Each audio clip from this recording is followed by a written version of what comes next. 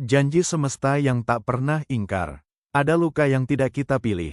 Fitnah yang datang tanpa alasan. Derita yang terasa tidak adil.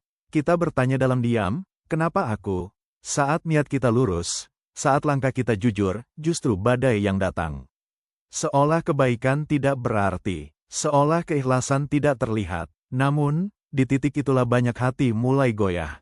Karena kita ingin keadilan sekarang.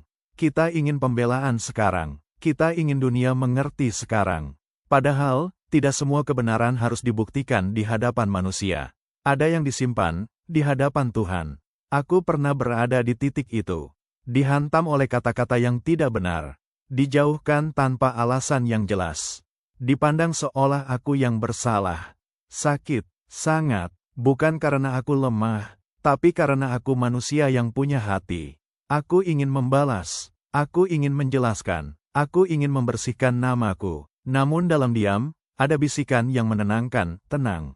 Aku melihat, aku berhenti, bukan karena aku kalah, tapi karena aku memilih percaya bahwa ada janji Tuhan yang tidak pernah ingkar. Janji bagi hati yang ikhlas.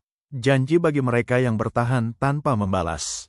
Janji bagi mereka yang tetap baik, meski diperlakukan tidak baik. Fitnah itu bukan akhir. Ia adalah ujian untuk memurnikan niat. Derita itu bukan hukuman. Ia adalah cara Tuhan menguatkan fondasi jiwa. Karena tidak semua orang siap diberi kekuatan. Dan kekuatan lahir dari tekanan. Aku mulai melihat dari sudut yang berbeda. Orang yang memfitnah, biarlah, karena setiap kata yang keluar akan kembali pada pemiliknya. Cepat atau lambat, aku tidak perlu membalas. Hidup punya caranya sendiri untuk menyeimbangkan. Tugasku hanya satu, menjaga hatiku tetap bersih. Karena jika aku ikut menjadi gelap, maka aku kehilangan diriku. Dan itu lebih buruk dari semua fitnah yang ada. Hari demi hari berlalu, tidak semua berubah. Namun aku berubah, lebih tenang, lebih dalam, lebih kuat. Aku tidak lagi sibuk membuktikan.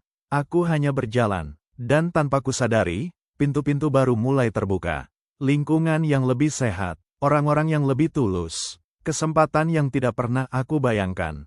Saat itu aku mengerti, Tuhan tidak mengambil sesuatu dariku. Ia sedang memindahkanku, dari tempat yang tidak layak, ke tempat yang lebih tepat. Dan semua itu, dimulai dari luka yang dulu aku benci. Aku tersenyum, terima kasih, bisikku pelan.